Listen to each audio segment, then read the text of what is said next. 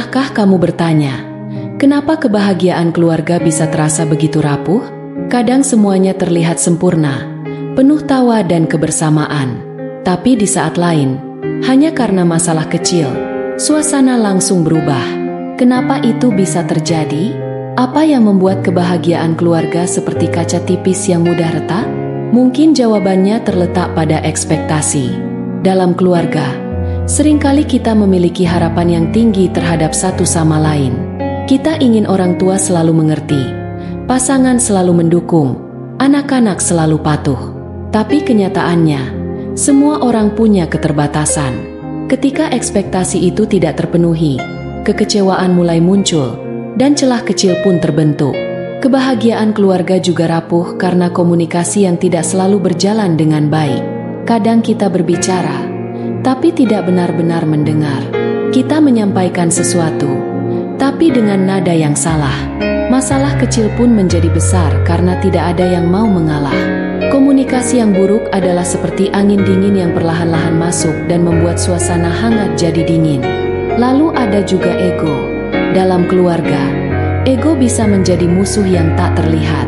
Ketika kita lebih fokus pada apa yang kita inginkan daripada apa yang dibutuhkan keluarga, harmoni mulai memudar. Mungkin kita berpikir, kalau aku bahagia, keluarga juga akan bahagia. Tapi kebahagiaan keluarga bukan tentang siapa yang menang atau siapa yang mendapatkan lebih. Itu tentang berbagi dan saling melengkapi. Faktor lain yang membuat kebahagiaan keluarga rapuh adalah tekanan dari luar. Kehidupan modern membawa banyak tantangan, dari pekerjaan yang menumpuk, keuangan yang menekan, hingga pengaruh sosial media. Semua ini menciptakan stres yang akhirnya terbawa ke dalam rumah.